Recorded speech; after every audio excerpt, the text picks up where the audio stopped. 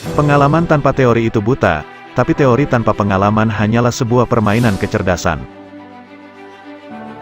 Pemikiran tanpa kepuasan adalah kosong, intuisi tanpa konsep itu buta.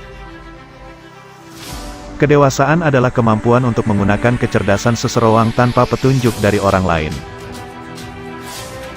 Sains dibentuk oleh pengetahuan, kebijaksanaan dibentuk oleh kehidupan. Dalam hukum seorang bersalah ketika ia melanggar hak orang lain, dalam etika dia bersalah jika ia hanya berpikir untuk melakukannya.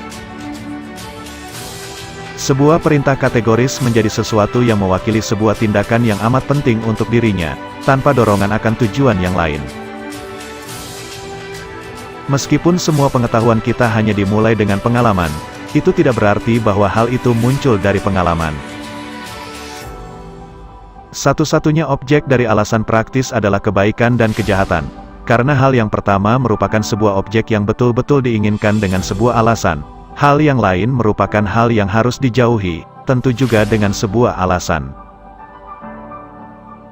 Hal itu melampaui semua keraguan bahwa semua pengetahuan kita berawal dari pengalaman.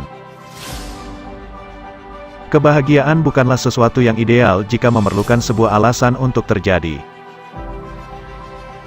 Bukan hanya semata-mata takdir Tuhan yang mengharuskan kita bahagia, tapi kitalah yang harus membuat diri kita berbahagia.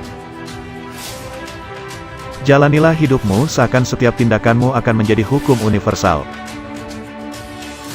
Lihatlah lebih dekat, kecantikan itu mungkin tak terlihat. Dengan sebuah kebohongan, seorang laki-laki menghancurkan martabatnya sebagai laki-laki. Semua pengetahuan kita diawali dengan panca indera, berlanjut kemudian dengan pemahaman, dan berakhir dengan alasan. Tidak ada yang lebih tinggi dari alasan. Moral bukanlah doktrin bagaimana kita membuat diri kita bahagia, tapi bagaimana kita membuat diri kita untuk layak akan kebahagiaan. Jangan mencari pertolongan dari orang lain, hal itu jarang didapatkan dengan maksud yang jujur dan tulus. Tapi carilah pengakuan dari beberapa orang, jumlah bukan suara, yang hanya mempengaruhi hal itu. Tidaklah penting apakah selama hidup, aku hidup bahagia, tapi sangat penting bahwa selama aku hidup, semestinya aku hidup dengan terhormat. Semua pemikiran, langsung atau tidak langsung, dengan suatu karakter, akhirnya benar-benar berhubungan dengan intuisi, dengan tepat, karena tidak ada cara lain suatu hal bisa diberikan kepada kita. Metafisika adalah sebuah samudra yang gelap tanpa adanya daratan atau mercusuar, muncul dengan banyak kesalahan filosofis. Jika seseorang menjadikan dirinya seekor cacing, ia tidak boleh mengeluh jika dia diinjak orang.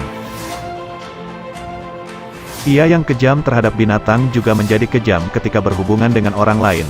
Kita bisa mengetahui hati seseorang dari sikapnya terhadap binatang. Akhirnya aku harus menghapus ilmu pengetahuan, untuk menciptakan ruang untuk kepercayaan. Bertindaklah seakan dasar-dasar tindakanmu akan menghasilkan sebuah hukum untuk seluruh dunia. Manusia menginginkan harmoni, tetapi alam lebih tahu apa yang baik untuk spesiesnya, ia menginginkan perselisihan. Dalam semua penilaian yang kami gambarkan sebagai sesuatu yang indah, kami tidak mengizinkan siapapun untuk berpendapat lain. Dua hal mengisi pikiran dengan kekaguman dan kekaguman yang semakin baru dan semakin meningkat, yang sering dan lebih mantap kita renungkan, langit berbintang di atas saya dan hukum moral di dalam diri saya.